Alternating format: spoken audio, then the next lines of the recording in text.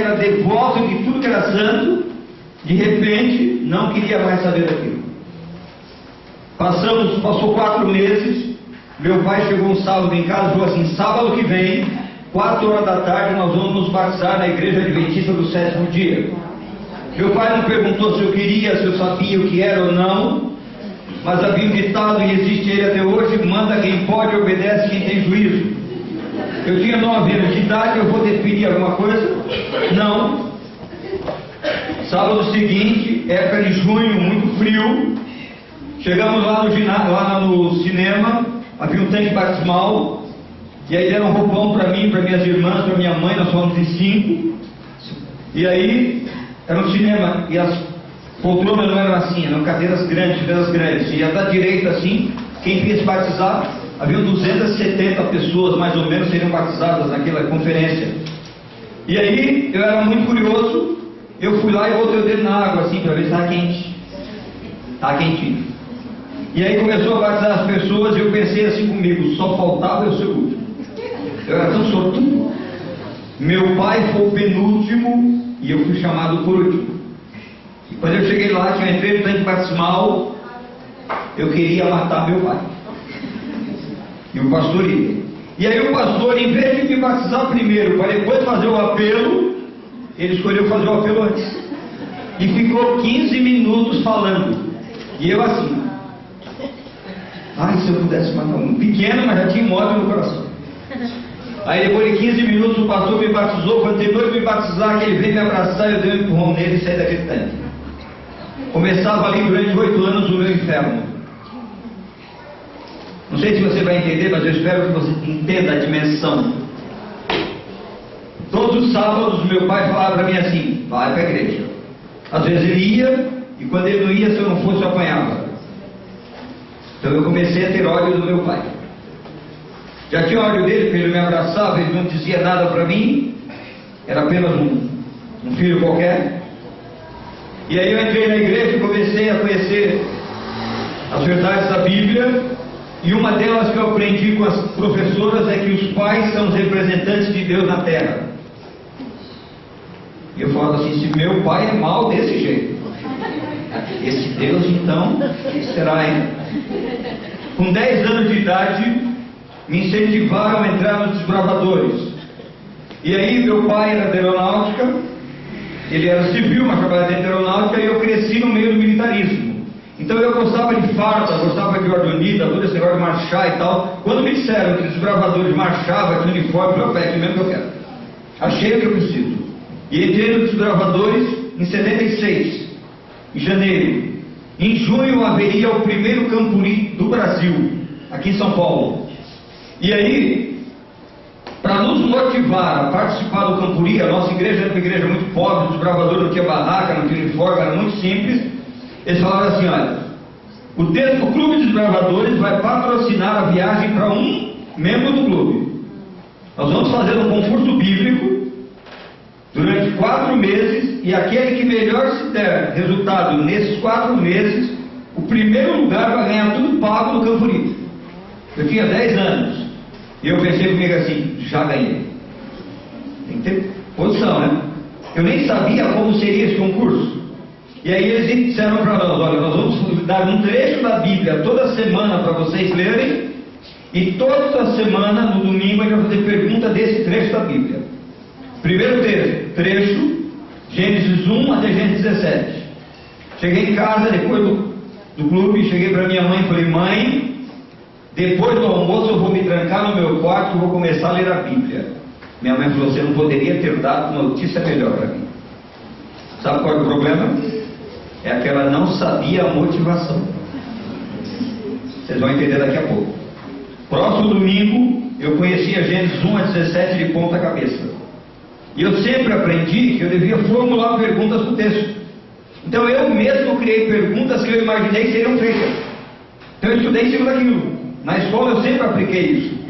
E aí quando chegou no domingo, um moleque de 10 anos de idade, mais de 80 pessoas no Clube Desbravador, e eu estou lá esperando fazer as perguntas. Quando começou a primeira pergunta, ele começou assim: quais os 4? Eu lá no fundo levantei o dedo assim.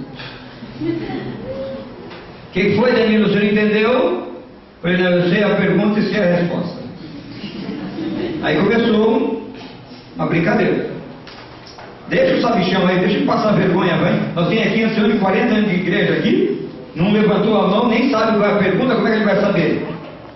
Qual é a pergunta, Danilo? A pergunta é: quais os 4 rios que circundam a terra velha? E a resposta é: Pisons, Jontes e Eufrates.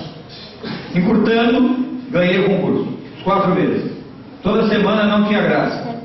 Na minha igreja que eu frequento hoje, e nos últimos 16 anos, eu não posso participar de concurso bíblico. E olha que eu perdi. Na minha igreja tem um ancião que tem muito conhecimento. Então, quando está nós dois, o pessoal da igreja fica revoltado.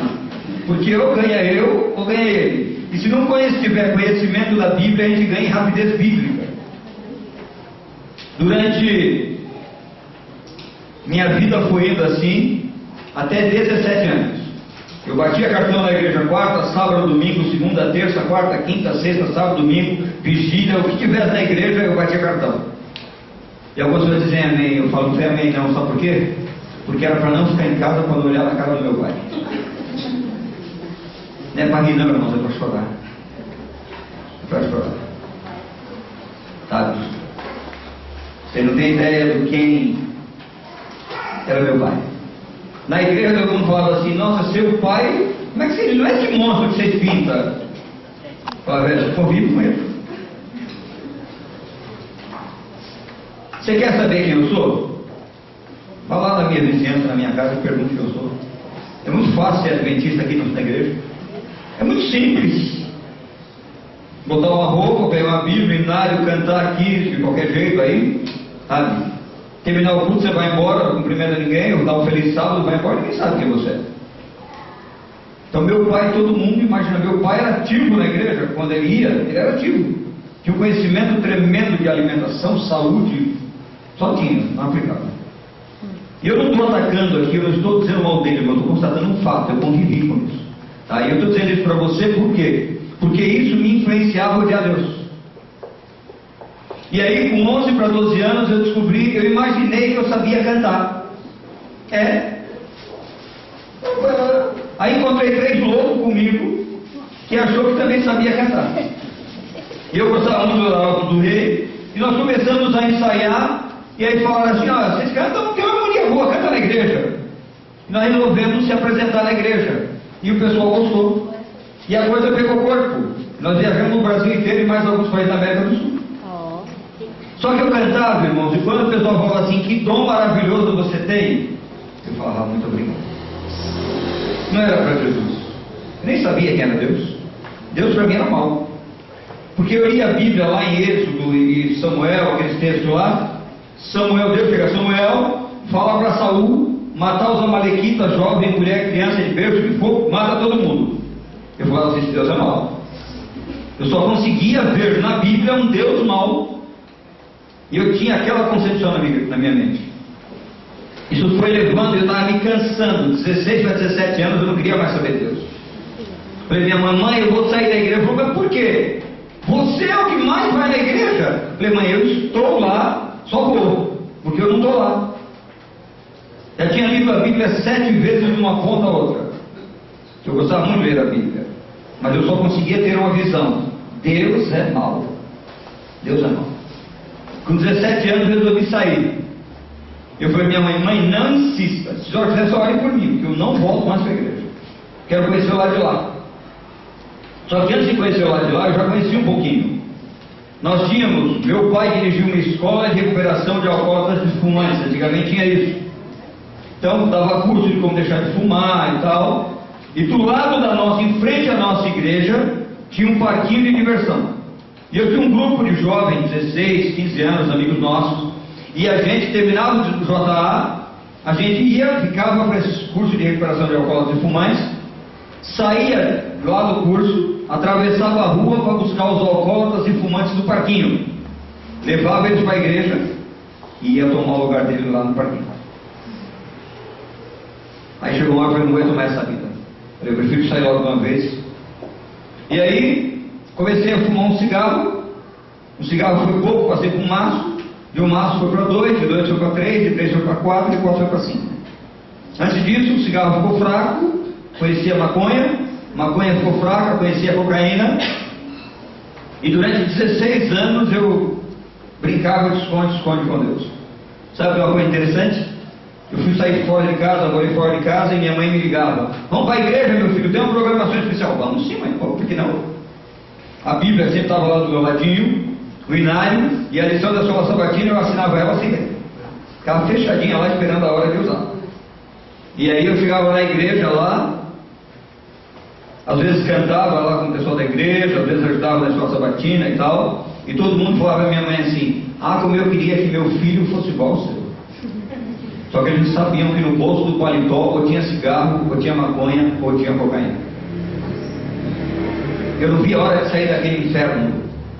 Para mim, estar naquele lugar era um inferno, porque eu não tinha prazer de estar ali. Você perguntava para mim assim, dos 9 a 17 anos, quantas mensagens você lembra? Nenhuma. Porque eu não estava lá. Nós tínhamos um grupinho de pessoas, nós tinha 300 e poucos membros, a gente sentava mais ou menos na metade ali perto da porta, e se o pregador passasse do meio-dia, mais ou menos, a gente começava a fazer assim, bater no banco, para ele se tocar que está na hora de acabar. E a gente ia para a igreja para olhar defeito das pessoas. Você viu o corte de cabelo de Cicrana, Beltrano, olha lá a calça, a saia, era assim que a gente fazia.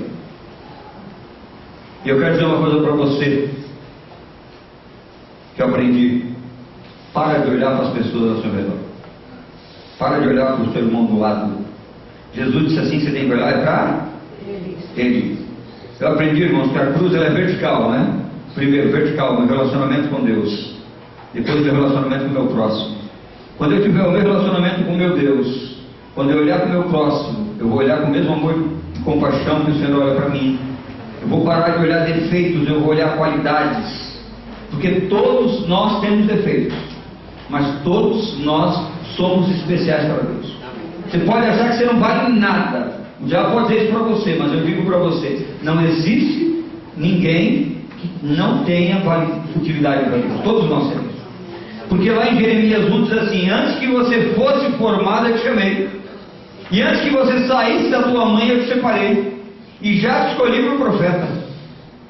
Você não sabe nem falar, e ele fala: não diga se você não sabe falar.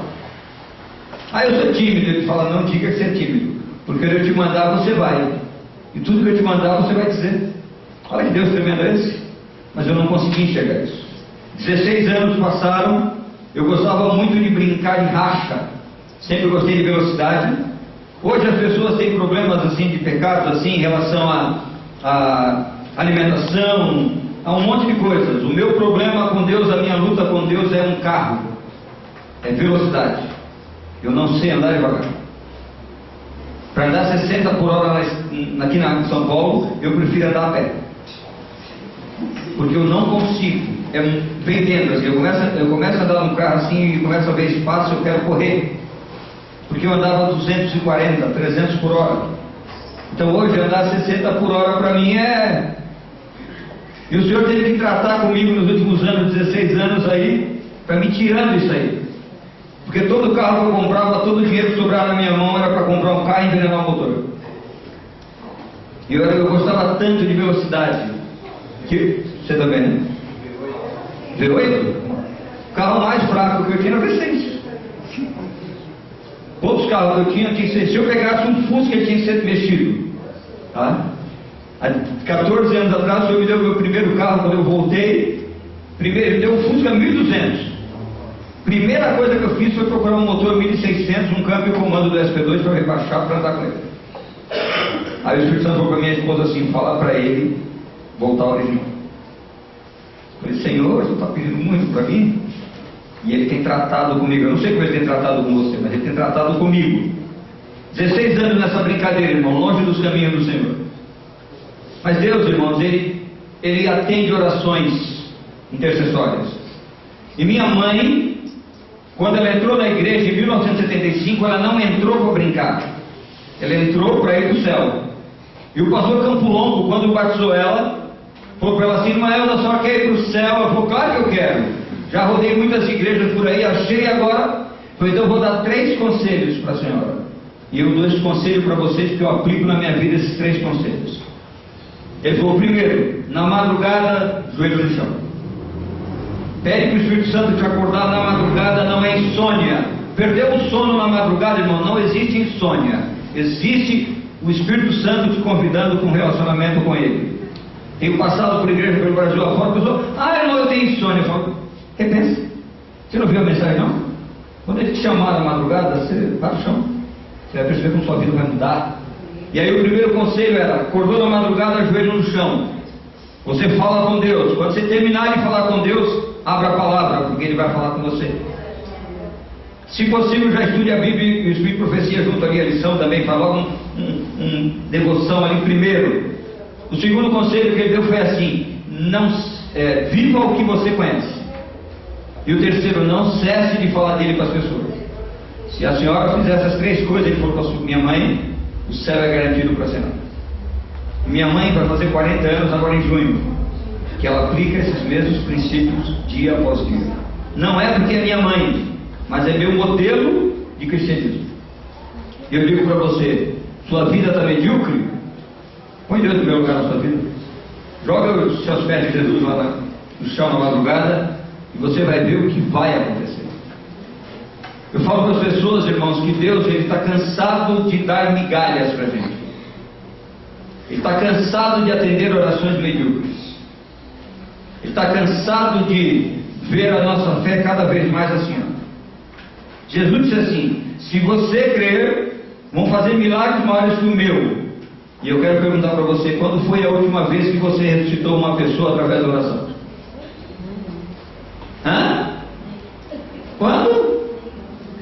Quando foi que você foi no hospital, a pessoa estava lá no leito de dor e coma, e você falou, Senhor, para honra e glória do teu nome, quando eu terminar essa oração, essa pessoa está curada? Quando foi que aconteceu isso? Por quê, irmão? Não é promessa isso? Não é Bíblia? Deus está mentindo? Onde está o problema? A pergunta de Deus é até quando nós vamos cochear entre dois pensamentos? Se você sabe que muita oração é muito poder, por que você ora pouco? Por que você não ora? No céu, irmão, só vai ir para o céu aqueles que aprenderam a chamar Jesus de amigo aqui na terra. Assim o pastor Neymar Espina fala. E eu creio nisso piamente. Imagina você não ter relacionamento com Jesus e chegar no céu e você não souber o nome dele. E você fala, o senhor é o Senhor Jesus Genésio? Não, meu nome é Jesus Cristo. Você já imaginou você passar a eternidade ao lado de um desconhecido? Eu não entendia isso, irmãos. Eu não tinha essa ideia. Passou-se 16 anos, eu longe dos caminhos do Senhor. Chegou maio de 1998. Alguém lembra maio de 1998 que aconteceu no meio da igreja adventista? Lembra? Então fiquem quietos, por favor. Você já ouviu o testemunho? Fiquem calados. Algumas pessoas não ouviram ainda. E aí, eu estava longe dos caminhos do Senhor, no cigarro, na bebida, nas drogas. De repente, uma segunda-feira, uma das minhas irmãs, chamada Rita e Cássia, me liga. Meu nome é Denilo, mas me chamam de Nilo familiar. Minha irmã me ligou e falou, Nilo, vai haver um congresso jovem, primeiro congresso jovem da Paulista Leste, a outra associação aqui de São Paulo, lá em Campo do Jordão. Você quer ir? Falei para ela, não perdi nada não. Não, mas vamos, vai ser legal. Falei para ela, o quê? Um bando de jovem hipócrita, picareta, mentiroso? Dentro da igreja tudo santo, fora tudo filho do capeta? Falei, não vou. Falei para ela, eu já sou. Eu, pelo menos, eu tive coragem de sair fora. Não fiquei fazendo média dentro da igreja. E eu conhecia a maioria dos jovens da igreja lá que ela frequentava. Falei, não vou não. Não, falei para ela, não insista. Se você insistir, eu vou bater o telefone na sua cara. Tchau. Segunda-feira aí. Continuei trabalhando terça, quarta, quinta, sexta à tarde.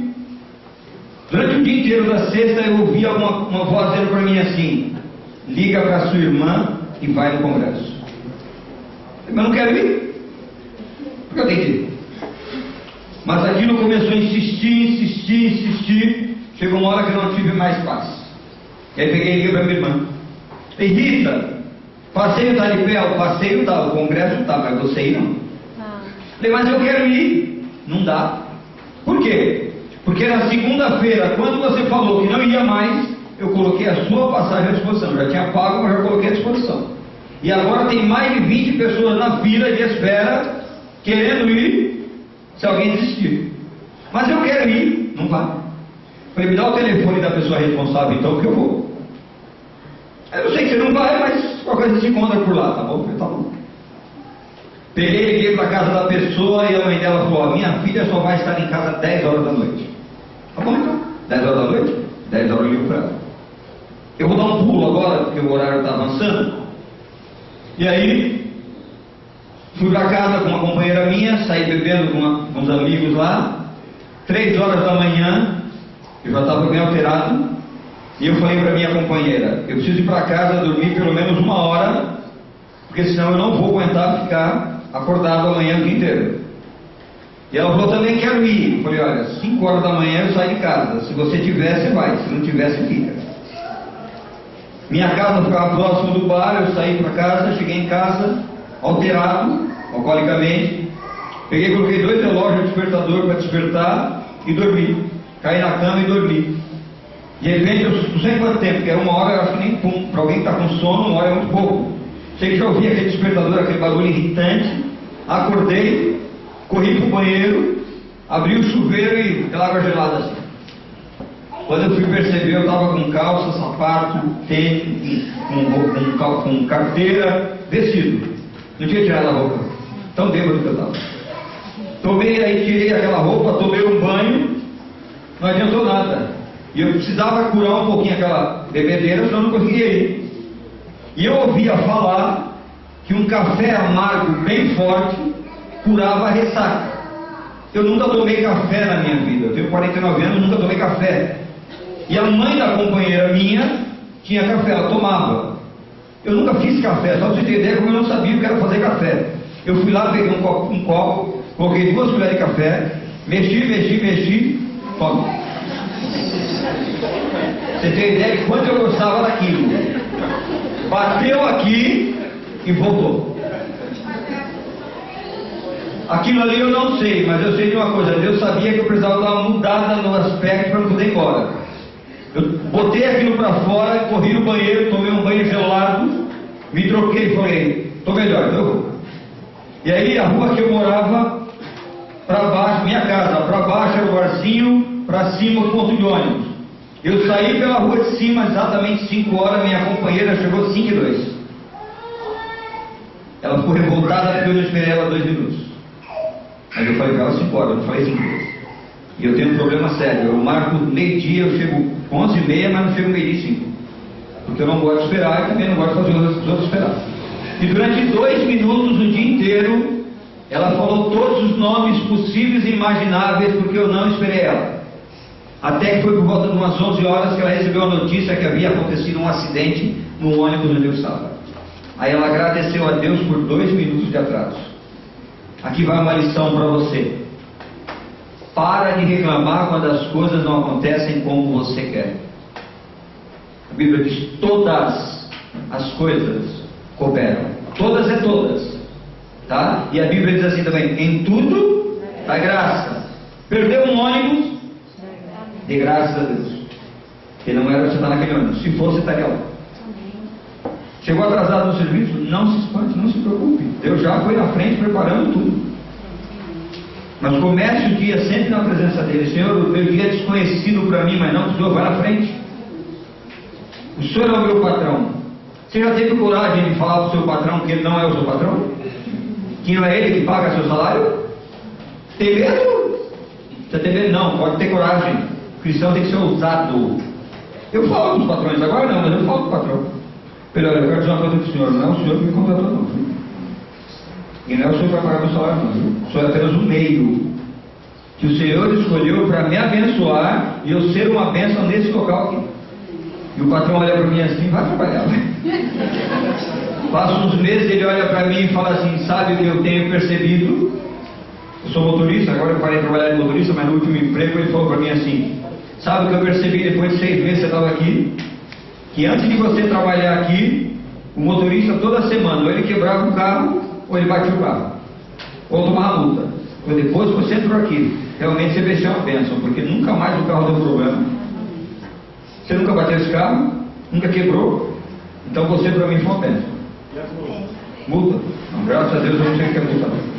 Mas ele toma multa.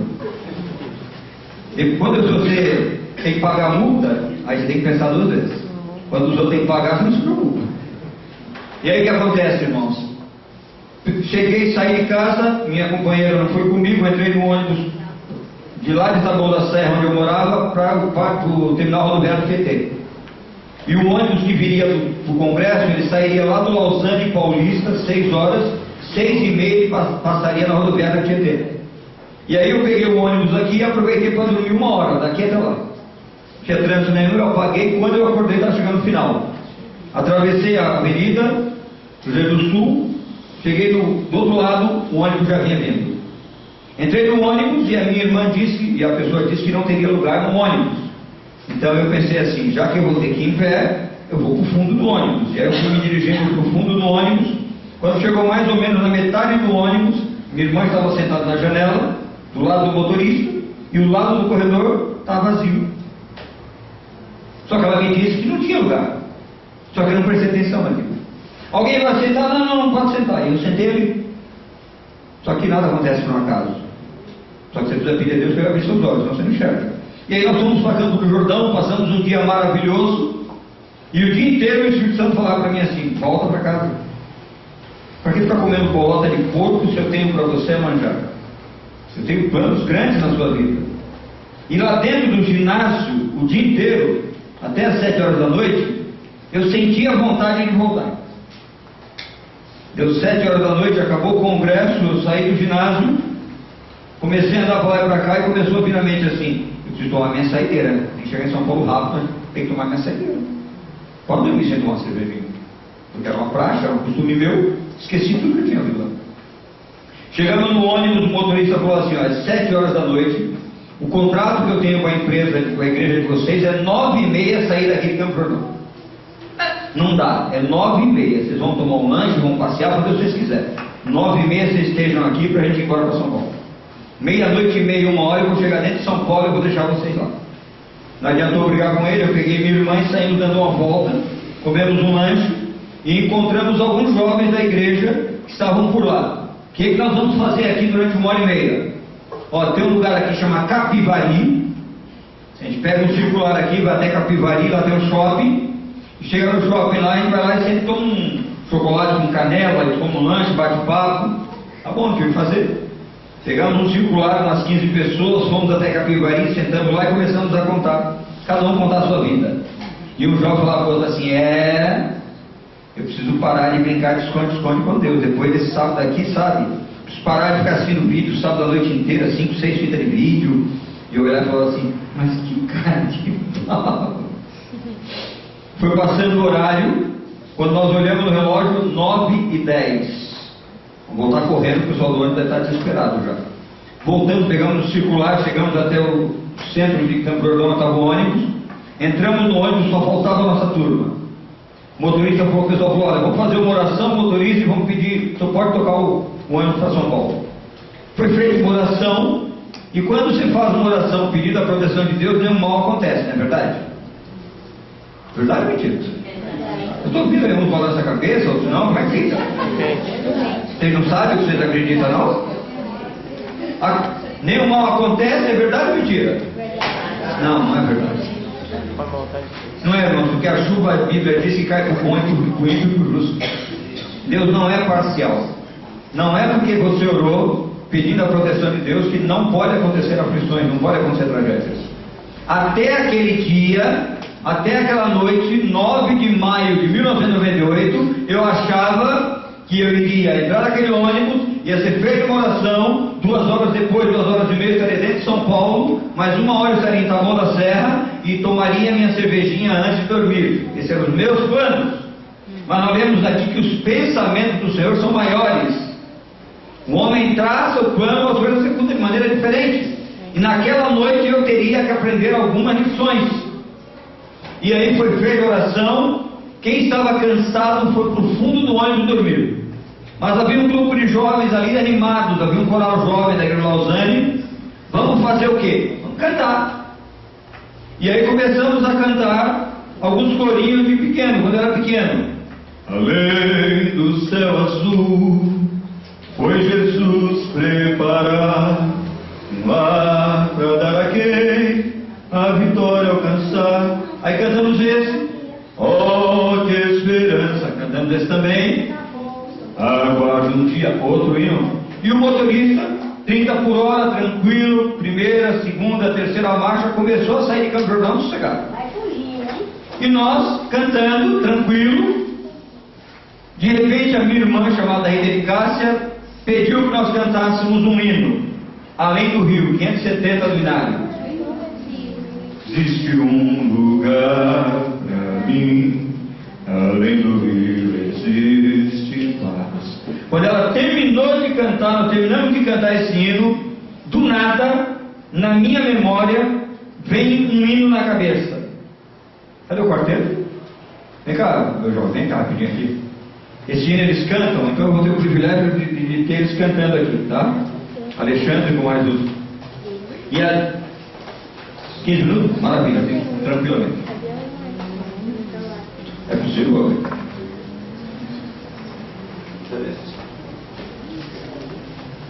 Presta atenção na letra desse hino, irmãos. Presta atenção na letra desse hino.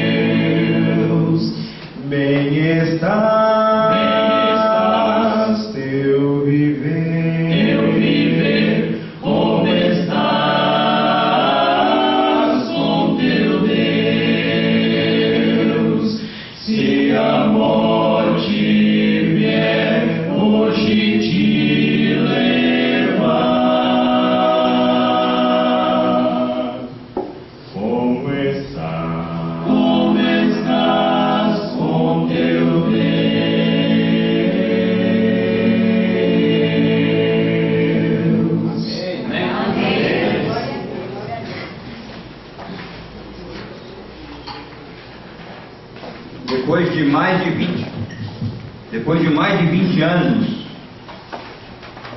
que eu havia cantado esse hino, bem mais que isso, de repente, do nada, na minha mente vem esse hino.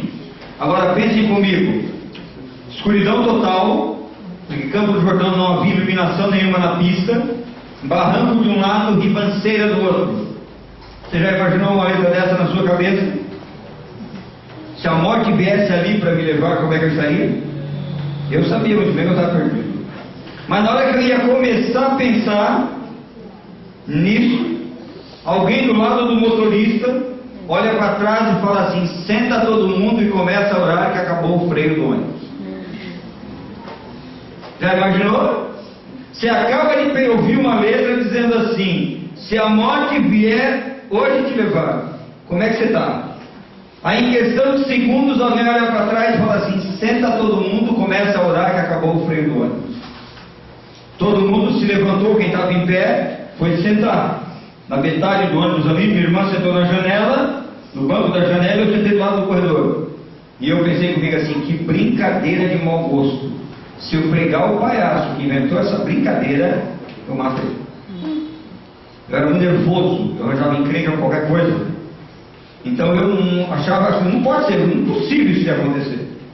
Mas como eu sou motorista há muitos anos, quando eu me sentei, eu comecei a perceber que o motorista tentava reduzir a marcha do ônibus e não entrava. Ele perdeu alguns segundos quando ele viu que estava sem freio, e quando ele foi tentar reduzir a marcha do ônibus não entrava, só entrava a marcha de velocidade. Ele estava em terceira, ele devia ter, em vez de tentar o freio, ele tinha que ter jogado uma segunda, mas ele não conseguiu, perdeu segundos tentando bombear o freio ali, não conseguiu, começou a só aumentar a velocidade. Eu não queria saber de Deus, mas eu sabia onde estava a resposta para aquele problema. E eu virei para minha irmã e falei: Rita, ora, porque só o milagre salva a gente. Falei aquilo, ela baixou a cabeça e foi fazer o que ela havia sido ensinada desde pequeno pela minha mãe. Jesus era um amigo para ela, então ela sentou ali e começou a bater papo com ele. E eu abaixei minha cabeça e eu ouvi uma voz dizendo para mim assim: você sabe o que é certo, mas está fazendo errado. Se a morte vier agora para você, você sabe qual a sua recompensa. Lembra da leitura? Se a morte vier, como é que você está? Eu sabia muito bem que se a morte viesse aquele dia para mim, segunda morte, não tinha outro jeito. Na hora que eu ouvi aquela voz, que eu ia começar a conversar com Deus, um filme começou a passar no meu cérebro, dos livramentos que Ele tinha me dado em 16 anos, brincando de esconde-esconde com Ele.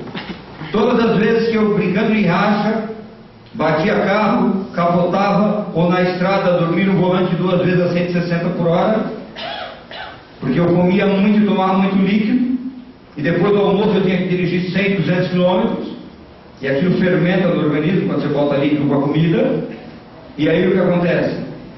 Anuvia o cérebro, e você, para dormir é muito fácil. Tanto que depois do almoço, o que dá para você tomar líquido? Não dá sono? Por quê? Porque você está bêbado. Só isso.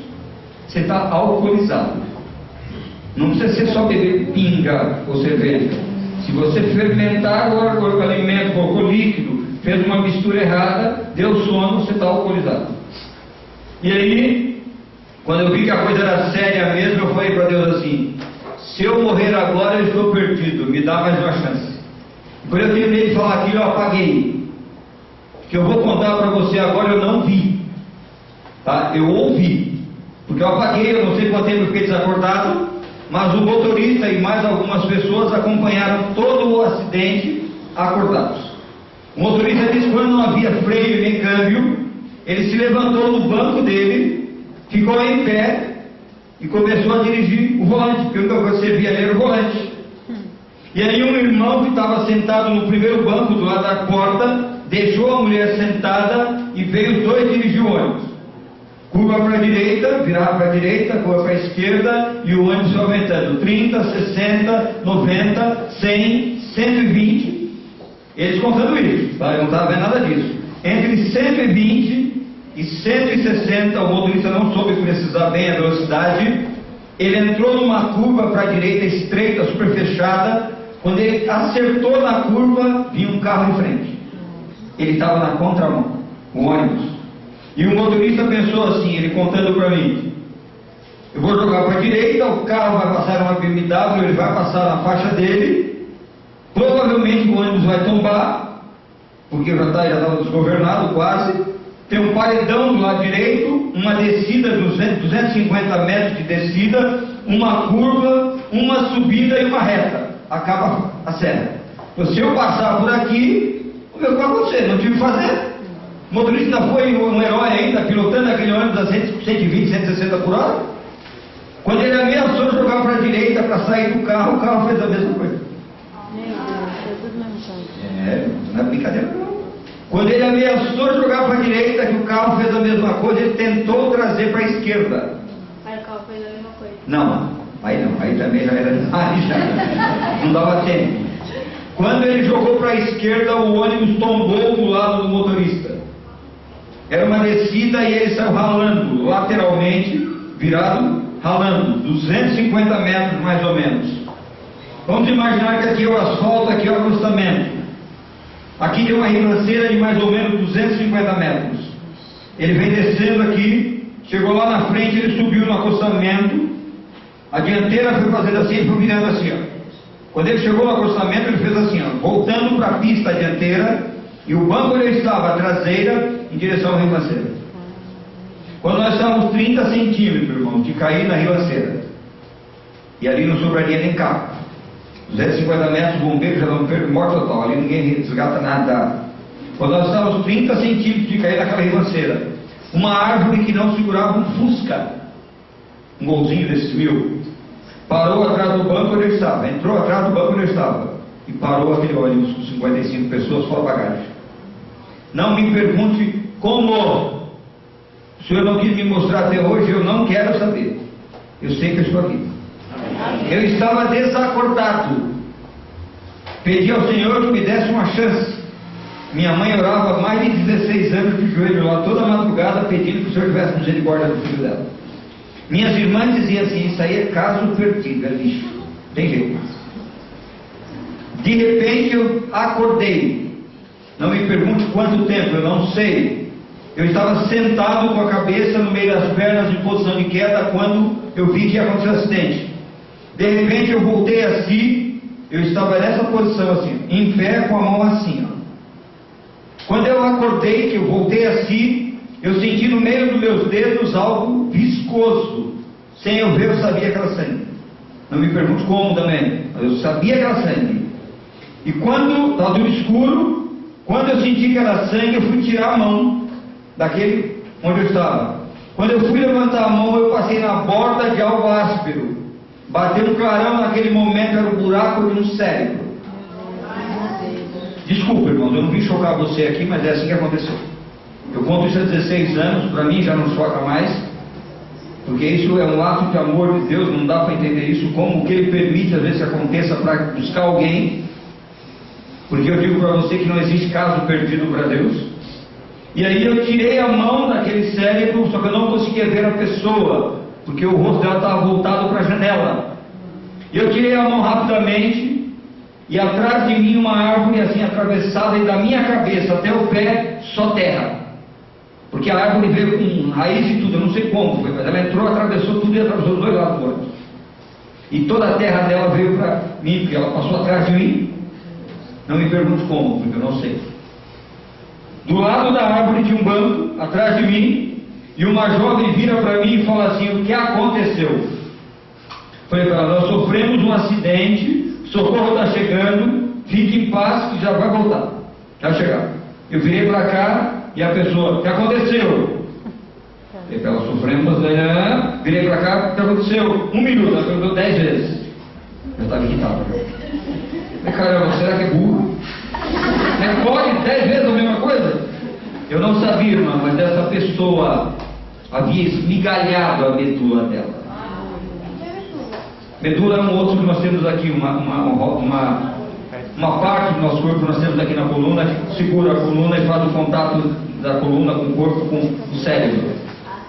Essa jovem chama-se Fernanda Lima, tá? Acredito que ela já veio por aqui já. Ela frequenta a igreja da Vila Maria, e uma amiga minha estava no banco de trás do meu. E quando eu estava conversando com ela, chegou alguns paramédicos, Ó, nós temos que socorrer essas duas moças, que estão, essa aí que você está vendo é debaixo dela, que era uma outra amiga chamada Samantha, havia fraturado algumas costelas, e aí ele falou assim, olha, por dentro, por fora não dá para socorrer, está muito próximo da ribanceira, tem que ser por dentro, mas para socorrer elas tem que sair. Você está bem? Eu falei, tô. Então saia. Eu saí do ônibus. Esqueci da minha irmã. Cheguei na porta do ônibus, um guarda perguntou se estava aí, estava. Pode dar algumas informações? Eu falei, pode. Meu nome é tal, meu telefone é tal, ele é tal. Saí do ônibus. Alguém me deu o celular, eu liguei para São Paulo, falei com meu cunhado, falei, aconteceu um acidente. Ele pensou que era um ônibus circular. E ninguém da minha família sabia que eu estaria naquele congresso, porque eu não tinha passagem de ônibus mais. Terminei de conversar com ele, do outro lado da rodovia alguém me chama. Danilo, eu vi, era uma amiga que estava no congresso organizando, atravessei até a rodovia, cheguei lá do lado dela. Era o ônibus do congresso? Eu falei, era. Eu e meu marido vinha no carro atrás, nós nunca imaginávamos que esse ônibus era o ônibus do congresso. O congresso acabou às 7, era 9h40 quando aconteceu o acidente, e o pessoal da organização foi tomar um lanche, tal, jantar. Eles estavam descendo e o nosso ônibus estava na frente. E eles estavam tranquilos, mas dela bem sossegado dirigindo, de repente ele se abaixou para trocar uma fita no toca-fita, quando ele levantou o ônibus lá da outra curva. A mulher dele falou, aquele ônibus está com problema. E eles começaram a correr, e quanto mais ele corria, mais o ônibus lá na frente. Daqui a pouco eles começaram a ver sair fogo da roda traseira.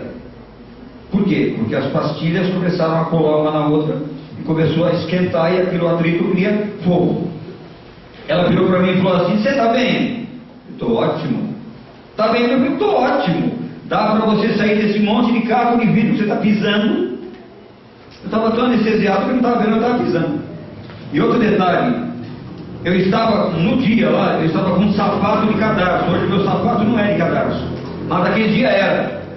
Quando eu olhei para o meu pé, eu estava com o meu pé direito com o sapato amarrado, com meio e tudo, meu pé esquerdo tinha desaparecido a meio do sapato. E eu estava pisando num monte de carro de vidros. Eu dei 2 passos para a direita, tirei os vidros do pé assim, e ela me fez uma pergunta. E a Rita, a sua irmã? Tinha esquecido a minha irmã. Deus havia me apagado da memória da minha irmã por alguns minutos. Ele sabia que o choque seria grande. Quando ela perguntou aquilo para mim, eu senti uma dor no peito muito forte. Eu não sei como é que é infarto, sei o que acontece, mas não sei como é que acontece isso. Sei que eu senti uma dor muito forte no peito e na minha mente bateu uma luz assim. E eu virei para ela e falei, Val, se é que eu me imagino que estava do meu lado quando eu voltei assim, não deu para dizer nem oi. Com a mesma frieza que eu conto hoje aqui, eu já contei no Brasil inteiro, aquela pessoa que eu voltei com a mão dentro do cérebro era minha irmã. Pesado, né? O horário já avançou, eu tenho que sair daqui, eu tenho outra vigília em Ferraz de Vasconcelos, já vim numa igreja o dia inteiro lá na Zona Oeste, saí de casa era 7 horas da manhã, eu saí em casa umas 10 horas da manhã, e eu quero dizer uma coisa para você, eu não sou melhor do que nenhum de vocês não, mas naquele acidente o Senhor mostrou para mim que Ele me amava. Amém. Porque Ele sabia que para mexer comigo, tirar esse ódio que eu tinha dele, Ele precisava tocar em alguém que eu amava, para mostrar que Ele me amava mais ainda. E minha irmã era a irmã que eu mais amava, mais do que a minha mãe, porque era a única que me entendia. Ela não se importava se eu estava bêbado ou drogado, não importava. Quando eu ligava para ela, falava, vem cá, vamos conversar, vem. E ela orava comigo, e ela conversava e tal, e eu tinha um amor muito grande por ela. Eu não sei o que precisa acontecer na sua vida, eu sei que você não veio aqui por acaso. Eu ia fazer uma outra mensagem, eu ia falar de modéstia cristã, mas o Senhor falou assim, não é você que dirige os planos, quem dirige sou eu. Eu falei, então só fala, agora, fazer o quê? Não sei quantos de vocês já ouviram esse testemunho, eu contando em alguma igreja ou não, mas eu sei que alguém aqui precisava ouvir esse testemunho. Um dia eu vou saber quem foi, eu não sei quem é. Mas eu quero dizer 2 coisas para você para acabar. Deus não tem caso impossível para Ele. Amém. O acidente aconteceu no sábado 9h40, no domingo à noite eu voltei para São Paulo, na casa de uma irmã minha, um apartamento, aqui em Santana. Quando eu cheguei no apartamento, eu apertei a campainha, essa irmã mais velha que eu abriu a porta, trancou a porta por trás aqui, olhou para mim e falou assim, essa desgraça está viva. Esse lixo humano está vivo, Deus é injusto. Eu era uma pessoa que não levava desaforo para casa. E essa irmã tinha briga feia, que a gente não se entendia. Naquele momento o Espírito Santo falou para mim assim: cala a boca, escuta calado, eles vão ver o que eu vou fazer na sua vida. Essa mesma irmã que falou isso para mim, todas as semanas ela pede que eu ore para alguém. Sabe por quê, irmãos? Porque Deus não olha quem nós somos. Se Deus olhasse quem eu era, eu estava perdido. Se Deus olhasse quem você era, você não estaria aqui hoje. Mas sabe o que me encanta? É que Deus olha quem nós podemos vir a ser. Quando se permitimos ser transformados pelo poder dele. Eu quero ler o último texto, que para mim é o resumo da Bíblia. Eu sei que o horário avançou, mas eu preciso terminar com esse texto aqui. Salmo 37:5. Se você não ouviu nada do que eu falei, do que Deus me usou para falar com você, eu queria que você ouvisse esse texto aqui. Eu sei que ele é muito conhecido, mas não adianta ele ser conhecido se ele não for praticado. Para mim, se a Bíblia não existisse só esse versículo, para mim eu entendia todo o plano da salvação. Porque aqui está o segredo de uma vida vitoriosa. Você quer ser feliz no seu casamento, no seu lar, no seu trabalho, na sua família? Quer entender o plano da salvação? Salmo 37:5. E lá diz assim: entrega, confia nele. Esse é o desejo do meu coração e o desejo de Deus para você nessa manhã. Amém.